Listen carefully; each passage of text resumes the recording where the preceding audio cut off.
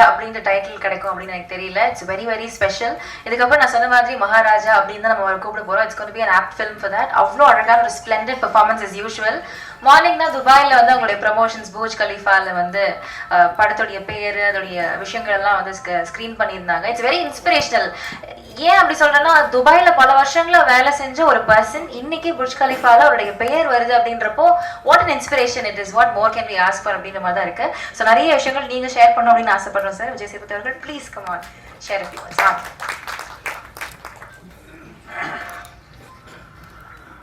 முதல்ல இங்கே வந்திருக்க உங்கள் அனைவருக்கும் மிக்க நன்றி. ராமோஜிராவோட அவருடைய இறந்து போனார் கேள்விப்பட்ட போது எனக்கு ரொம்ப வருத்தமாக இருந்தது. எனக்கு அவருடைய நேரடி தொடர்போ எதுவுமே இல்லைனாலும் புதுப்பேட்டை படத்துக்காக நாங்கள் அங்கே போனபோது அவ்வளோ பெரிய இடம், அவ்வளோ செட்டு, அவ்வளோ படங்கள் நடந்துட்டு இருந்தது. 2005 நாங்கள் போகும்போது இது ஒருத்தர் கற்பனை பண்ணாரா, இது ஒருத்தர் நம்பினாரா? ஒரு ஸ்லம் வேணுமா ஸ்லம் இருக்குது, ஒரு கோட்டை வேணுமா கோட்டை இருக்குது, ஒரு பார்க் வேணுமா பார்க் இருக்குது, ஃபார்மிங் லேண்ட் வேணுமா ஃபார்மிங் லேண்ட் இருக்குது, எல்லாமே இருந்தது. சின்ன சின்ன பொருள்லாம் இருந்தது. பேனா முதற்கொண்டு எல்லாமே ராமோஜிராவுடைய அவங்களோட இது போட்டிருக்கோம். நான் ஆச்சரியம், இது வரைக்கும் அவங்க கொடுக்குறாங்களா? உள்ள ஸ்டார் ஹோட்டலேருந்து அவ்வளோ வசதி, இவ்வளோ கற்பனை ஒருத்தர் இப்படி பண்ணார். அது என்னோட ரொம்ப ஆச்சரியம். அவரோட வீடு பார்ப்போம், கண்ணாடி போட்டு மூடி இருக்கும். நாங்கள்லாம் பேசிக்கோங்க, அது மேலே ஹெலிகாப்டர் வருமா நிற்குமா அப்படிலாம் பேசியிருக்கோம். ஸோ ரொம்ப ஆச்சரியமான ஒரு மனுஷனாக எனக்கு அவர் இருந்தார். ஸோ அவர் இறந்து போன போது நான் ரொம்ப நாளாச்சு படத்தில் நடித்து, பட் அதை கேள்விப்படும்போது காலைல செய்தியாக பார்க்கும்போது இப்போது அஞ்சலி செலுத்தும் போது சரி ஆட்டோமேட்டிக்காக நாங்கள் அங்கே வந்து ஏன்னா ஹீரோ ஃப்ரெண்டாக நடிக்கும்போது வந்து உங்களுக்கு எதுவும் வேலை இருக்காது. நாங்கள் போனோன்னே அசிஸ்டன்ட் சொல்லிவிடுவேன், சார் நான் அங்கே தூங்கிட்டு இருப்பேன் சார் அப்படின்னு சொல்லிட்டு போய் நான் வாட்டுக்கு படுத்துருவேன். எனக்கு இப்போ தான் தூக்கம் குறைவாக வருது. அப்போது பெரிய கனவும் பாரமும் இல்லாதனால எங்கே படுத்தாலும் நான் தூங்கிடுவேன். அதில் செட்டில் எங்கேயாவது ஒரு இடத்துல சொல்லிவிட்டு எல்லா படத்துக்கும் போயிட்டு கொஞ்ச நேரம் இருந்து பார்த்துட்டு நானும் ஷூட்டிங் வேடிக்கை பார்க்குற மாதிரி வேடிக்கை பார்த்துட்டு ஒரு இடத்துல படுத்து தூங்கிடுவேன். அப்படி நான் நிறைய இடத்துல படுத்து தூங்கியிருக்கேன். செல்வா சாரும் தனுஷும் கிரிக்கெட் விளையாட கூப்பிடுவாங்க. நாங்கள்லாம் விளையாண்டுருக்கோம் அவரோட சேர்ந்து. ஸோ அங்கே நிறைய இடத்துல கிரிக்கெட் விளையாண்டுருக்கோம். அங்கே வரலாறு ஷூட் நடந்தது. அங்கே போய் நாங்கள் அஜித் சாரை தூரமாக நின்று பார்த்துருக்கோம். ஹிந்தி படம் ஷூட் நடந்திருக்கு பார்த்துருக்கோம். இந்த மாதிரி நிறைய ஷூட்டிங் வேடிக்கை பார்த்துருக்கோம். சுற்றி பார்த்த மாதிரி இருந்தது. நிறைய பேர் நிறைய அனுபவம் இருக்குது. ஒரு படம் தான் அங்கே பண்ணேன், ஆனால் நிறைய அனுபவம் இருக்குது. இன்றைக்கி அவர் இறந்து போயிட்டான்னு கேள்விப்படும்போது மிகவும் வேதனை அளிக்குது. இப்படி ஒரு கற்பனை பண்ண மனுஷன் நிறைய பேரோட கற்பனைக்கு வந்து உருவம் கொடுத்துருக்காரான்னு நம்புகிறேன். அதுக்காக மிக மறந்துக்கிறேன். அவருடைய ஆன்மா சாந்தி அடையட்டும்.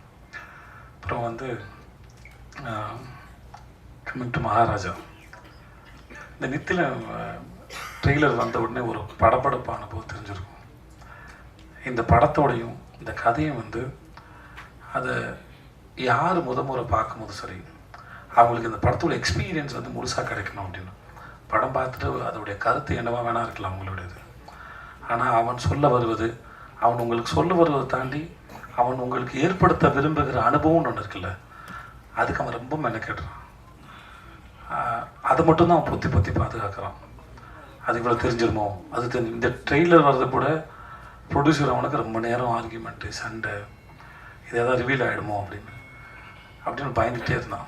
அதனால் நீங்கள் படம் பார்த்து விமர்சனம் சொல்கிற உங்கள் அனைவர்கிட்டையும் ஒரே ஒரு வேண்டுகோள், முடிஞ்ச அளவுக்கு கதையை ரிவீல் பண்ணாமல் நீங்கள் அது மேலே என்ன கருத்து வேணால் வைங்க. தயவு செஞ்சு கதையை மட்டும் ரிவீல் பண்ண வேணாம்னு வேண்டி கேட்டுக்கிறேன். ஓகே தானே உனக்கு? ஸோ அது மட்டும்தான் அவனுக்கு இது. மற்றபடி அது படம் உங்களுக்கு பிடிச்சிருக்கு பிடிக்கல எதுவாக இருந்தாலும் அது உங்களுடைய விருப்பம் தான். என்னுடைய 50வது படம் அது மகாராஜா அமைஞ்சதில் வந்து நான் பெரும் மகிழ்ச்சி அடைகிறேன். அப்போது நித்தன் மாதிரி ஒரு டைரக்டரோட ஒர்க் பண்ணுறதும் பெரும் சந்தோஷம். சுதன் சார் எதேச்சும் 25வது படம் அமைஞ்சது சீதக்காதி. என்னுடைய 25வது படம் அமைஞ்சது என் வாழ்வின் பாக்கியம். அதே மாதிரி 50வது படத்தில் நித்தலோடு சேர்ந்து மகாராஜான்னு ஒரு படம் பண்ணதும் என் வாழ்வின் சிறந்த அனுபவத்தின் பரிசு. இல்லை அதையும் நான் பாக்கியமாக தான் பார்க்குறேன். ஐ ஹேட் ஒண்டர்ஃபுல் எக்ஸ்பீரியன்ஸ். சூப்பராக இருந்துச்சு. ஒவ்வொரு நாளும் ஒருத்தனுடைய தேடுதலோடையும் அறிவோடையும் அவனுடைய ஆர்வத்தோடையும் அவனோட ஃபில்ம் மேக்கிங் எக்ஸ்பீரியன்ஸோடையும் ஒருத்தன் ஓப்பனாக இருந்தார், திறந்த புத்தகமாக இருந்தார், கலந்து பேசக்கூடிய அளவுக்கு. சேர்ந்து 2 பேரும் சேர்ந்து ஒரு விஷயத்தை கண்டுபிடிக்கிறோம் ஒரு சீனில், நான், அவர், கேமராமேன், கோ ஆக்டர்ஸ் எல்லாருமே சேர்ந்து. அந்த அனுபவம் ஒரு ப்ராசஸ். ஒரு விஷயத்தை தேடும்போது, ஒரு கூட்டமாக சேர்ந்து தேடும்போது கிடைக்கிற அனுபவம் இருக்கு இல்லையா, அது மிக அற்புதமானது. அதை வந்து பல முறை நான் நித்தினோட ஒர்க் பண்ணும்போது, என்னுடைய கோ ஆக்டர்ஸ் எல்லாரோட ஒர்க் பண்ணும்போது அதை அனுபவித்தேன். It was a fantastic experience. Thanks so much Nithin for that. June 14 வருது. உங்கள் எல்லாருக்கும் அந்த படம் பிடிக்கும் நினைக்கிறேன். மற்றபடி என்னோடய படத்தில் நடித்த நட்டீஸாக இருக்கட்டும், மம்தா, அபிராம் மேடமாக இருக்கட்டும், அந்த கல்கியாக இருக்கட்டும், அந்த வினோத் சாகர். கல்கி எனக்கு இந்த படத்தில் தான் தெரியும்.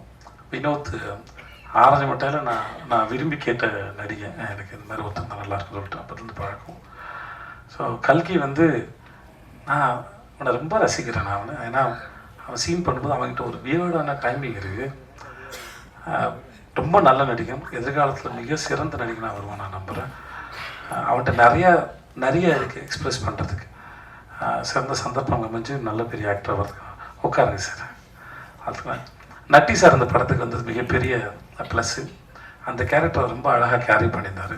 அவருக்கு ரொம்ப நன்றி. அந்த அருள்தாசனை இந்த 50 படத்தின் ஒரு அழகான கோலமாக இருந்தால் அதன் முதல் புள்ளி அவர் சொல்லி அவரால் நடந்தது அது. ஸோ அவருக்கு ரொம்ப நன்றி. என் இயக்குனர், என் குருநாதர், என் சீனிவாமசாமி சாருக்கு அவருடைய வாழ்க்கையை கேள்விக்குறியாக இருக்கும்போது என்ன மாதிரி ஒரு ஆளை, யாருமே நம்பாத ஒரு ஆள், என் உறவுகளும் என் சார்ந்த யாருமே நான் நம்பாத ஒரு ஆள், நானே நம்பாத ஒரு ஆள், தான் இக்கட்டா சூழலில் இருக்கும்போது என்ன மாதிரி ஒருத்தரை கூட்டுக்கிட்டு அந்த படத்துக்கு ஷூட்டிங் பண்ணுறது மிக ஆச்சரியமான ஒரு விஷயம். அது நடந்ததுக்காக அவருக்கு மிகப்பெரிய நன்றி. சிஜ பாஸ்கர் சார் என்னுடைய சீரியல் எனக்கு முதல்ல என்னை நடிக்கவே தெரியாத போது எனக்கு வாய்ப்பு கொடுத்து நான் துவண்டு போகும்போது ஒரு நாள் வந்து, உன் கண்ணும் சிரிப்பு நல்லா இருக்குடா, உணர்ந்து நடித்தா நீ நல்லா வருவேன்னு என்னை ஒரு நாள் சொன்னார். ஸோ அவருக்கு மிக்க நன்றி. நிறைய பேர் எனக்கு உதவி பண்ணியிருக்காங்க, நிறைய பேர் சொல்லி கொடுத்துருக்காங்க. சின்ன சின்ன விஷயம். இந்த 50 படங்கிறது ஒரு மாலையாக இருந்தால் அது ஒவ்வொரு மணியும் இங்கே இருக்கிற அத்தனை பேராலையும் கோர்க்கப்பட்டது. அது ப்ரெஸ்ஸு, மீடியா, நண்பர்கள், படங்கள், இயக்குநர்கள், எல்லாராலையும், எல்லார்கிட்டேருந்தும் நான் இதை ஒன்று கற்றுனேன். அது என் மேலே வைக்கிற விமர்சனமோ பாராட்டோ திட்டோ எதுவாக இருந்தாலும் என்னை அதை யோசிக்க தான் வச்சது. நம்மளை யோசிக்க வைக்கிற எந்த விஷயமும் நம்மளை முன்னடைத்தான் கொண்டு போகுங்கிறது நான் அறிந்து உணர்ந்த உண்மை. ஸோ இந்த 50 படமாக என் கூட இருந்த, எனக்காக பேசின, இல்லை என்னை திட்டி என்னை உணரணுங்கிறதுக்காக சொல்ல வச்சதாக இருக்கலாம், இது மாதிரி கடுமையான விமர்சனமாக இருக்கலாம், பாராட்டாக இருக்கலாம், நான் எல்லாத்தையும் சமமாக பார்க்குறேன். அதை கொடுத்து உங்கள் அத்தனை பேருக்கு மிகப்பெரிய நன்றி. Thank you so much. Mamta, Abirami and Philomin, boys Manikandan, sorry. நான் வந்து துபாயில் இருக்கும்போது 2 படத்துக்கு ஃபோட்டோ அனுப்பினேன். ஏதோ சும்மா கூட்டாம்போக்கில் சினிமாவில் ரொம்ப சுலபமாக தெரியுது நடிகராகலாம் அப்படிங்கிற ஒரு எண்ணம் அப்படின்னு நான் நினைக்கிறேன். ஆனால் துபாய் வேலை தேடும்போது நாங்கள் ஒரு வருஷம் ஜிம்முக்கெலாம் போய் கொஞ்சம் ஒல்லியில் நல்ல ஒல்லியாக பார்ப்போம். ஆகி இப்போது 5 ஸ்டார் படத்துக்கும் பாய்ஸ் படத்துக்கும் ஆர்டிஸ்ட் தேடுறாங்கிறப்போ 2 படத்துக்கு நான் ஃபோட்டோ அனுப்பியிருந்தேன். நான் அங்கேருந்து அனுப்பியிருந்தேன் ஒரு ஃபோட்டோ. நான் சித்தார்த் சார் சந்திக்கும் போது அதை சொல்லியிருக்கேன், மணிக்கு சொல்லியிருக்கேன், எனக்கு தெரியல, சொன்னால் தெரியல. அப்புறம் மணியை வந்து என் ஃப்ரெண்டு கடை, அங்கே மதுக்கடைன்னு ஒன்று இருக்குது, அந்த வாதியார் தோட்டம் கார்னர், அங்கே ரொம்ப நாள் காலேஜ் படிக்கும் பொழுது அவன் ஃப்ரெண்டு கடை, ஸ்டேஷன் கடை, அங்கே போய் நாங்கள் நின்றுருக்கோம். பல முறை மணியும் பார்த்துருக்கேன். இந்த பையன் பாய்ஸ் நடிச்ச பையன் தானே அப்படின்னு பார்த்துருக்கேன். ஒரு நாள் எதேச்சியாக பார்த்த ஒரு இன்டர்வியூ, எனக்கு என்னமோ ஒருத்தன் வந்து இனிமேல் இந்த வாழ்க்கை எவ்வளோ பயமுறுத்தினாலும் நான் பயப்பட மாட்டேன்டா அப்படின்னு ஒருத்தன் ரியலைஸ் பண்ண மாதிரி இருந்தது அந்த இன்டர்வியூ. பெரிய பூதம் பேயினா அது வாழ்க்கை தான், இது என்ன பண்ணுன்னே தெரியாது, எப்படி நேற்று இருந்த நொடி இன்னைக்கு இல்லை, அடுத்த நொடியும் கேள்விக்குறியாக இருக்குது. ஸோ அதில் ஆச்சரியம் நடக்குமா இல்லை ஏதாவது நடக்குமா, பயமுறுத்துமான்னு கூட தெரியாது. அப்படி இனிமேல் அந்த இன்டர்வியூ பார்க்கும்போது எனக்கு இந்த ஃபீல் வந்து நான் ரொம்ப அட்ராக்டிவாக இருந்தது. ஒருத்தன் உட்காந்து கண்ணாடி போட்டுட்டு பேசினது, வீட்டில் அம்மாவுக்கு சமைச்சு வச்சு, இந்த வாழ்க்கை ரொம்ப அழகாக.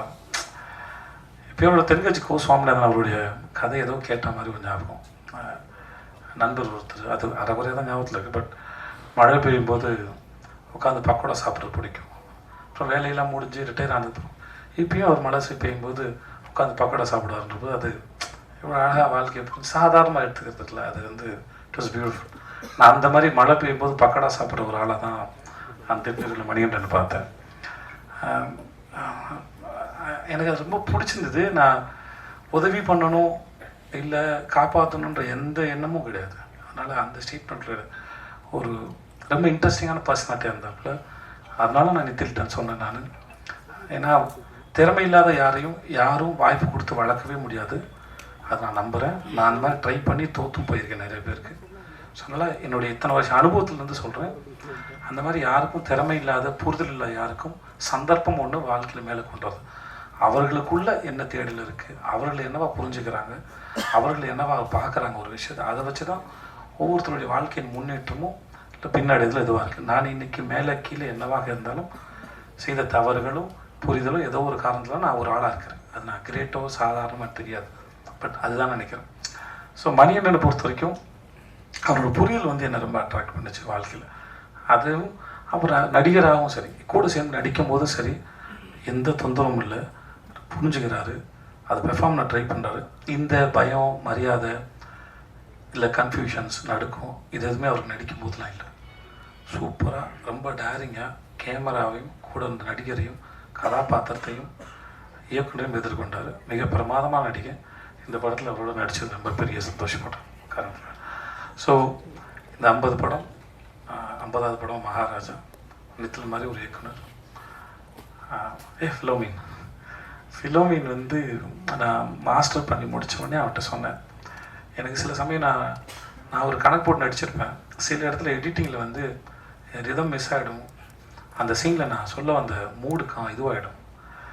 அதனால் நான் முடிஞ்சால் எடிட்டரையும் டைரக்டர் மட்டும் சொல்லுவேன், என் சீனை கொஞ்சம் என் ரிதம் மட்டும் பார்த்து கட் பண்ணுங்கள், இல்லாட்டி ஜம்ப் அடிக்காமல், எனக்கு ஜம்ப் அடிக்காமல் இருந்தால் போதுமானதாக இருக்கும். ஸோ மாஸ்டர் பண்ணி முடிச்சோன்னே அவன் செட்டுக்கு ஒரு இடம் வந்தான். அப்போ அவன்ட்டு சொன்னேன், என் சீன் மட்டும் பார்த்து கட் பண்ணுப்பா, எல்லாத்தையும் வைக்கணும்னு அவசியம் இல்லை, உங்களுக்கு எது வேணுமோ வெட்டுங்க, ஆனால் அந்த ரிதம் போக மட்டும் வெட்டுங்க அப்படின்னு சொல்லி கேட்டுக்கிட்டேன். அது முடிச்சுட்டு அப்போது என்கிட்ட வந்து கேட்டான், ஆனால் நான் வெட்டது உங்களுக்கு தெரிஞ்சுதான்னு. சத்தியமாக எனக்கு தெரியவில்லை, எங்கே கை வச்சான்னு கூட தெரியல என் சீனில். ஸோ அவ்வளோ பிரமாதமான ஒரு டெக்னீஷியன், நித்திலனுடைய நெருங்கிய நண்பன். அதெல்லாம் தாண்டி தொழிலில் ரொம்ப நேர்மையான ஆள். அவங்க டைரக்டர் என்ன சொல்ல வராரு அதை எப்படி கொடுக்கணும். முக்கியமாக சாதாரணமாக ஒரு படத்தை டைரெக்டாக நேரடியாக சொல்லும்போது இருக்கிற கணக்கு வேறு, நாங்கள் த்ரில்லராக சொல்லும்போது இல்லை உங்களுக்கு வேறு ஒரு மூடு க்ரியேட் பண்ணும்போது ஒரு சீனை பார்க்கும்போது சீன் பின்னாடி கம்யூனிகேட் பண்ண போகிற மூடு வேறு, இப்போ நீங்கள் பார்க்கும்போது இருக்கிற மூடு வேறுன்னு ரெண்டுத்தையும் கணக்கு போட்டு வெட்டுறது வந்து அவ்வளோ சாதாரணமான விஷயம் இல்லை. அதை ரொம்ப அழகாக செஞ்சுருக்க ஃபிலிமே. ஸோ உனக்கு என்னோடய வாழ்த்துக்கள். என்னோடய கேமராமேன் அவன் பேர் அருண் புருஷோத்தம் இல்லை, தினேஷ் புருஷோத்தம், சின்ன பையன். டப்பிங் அப்போ அவங்க அம்மாவோட வந்தாங்க. அவங்க அம்மாவுக்கு வந்து அவங்க பையன் மேலே அவ்வளோ பெரிய கனவு இருக்குது, ஆசை இருக்குது. நான் சொன்னேன், உங்கள் பையன் பெரிய அறிவாளி மாதிரி ரொம்ப நல்லா வருவான், அவரோட ஒர்க்கு பார்த்து அவங்க அம்மாவுக்கு நான் பெரிய சந்தோஷமாக இருக்குன்னு நினைக்கிறேன். அவங்க அம்மாவுக்கு திரும்பி நான் சொல்லிக்கிறேன், உங்கள் பையன் பெரிய திறமைசாலி அண்ட் அறிவாளி, அவன் நிஜமாக பெரிய ஆள் வருவான். Dinesh thank you so much. நான் எங்கள் மியூசிக் டைரக்டர், அவருக்கும் மிக்க நன்றி. டெய்லரோட அவர் கொடுத்த பேக்ரவுண்ட் ஸ்கோர் வந்து நான் ரொம்ப சந்தோஷமாக இருந்தது. ரொம்ப நன்றி அவருக்கும், வந்தது எல்லாருக்கும் ரொம்ப நன்றி. தேங்க்யூ.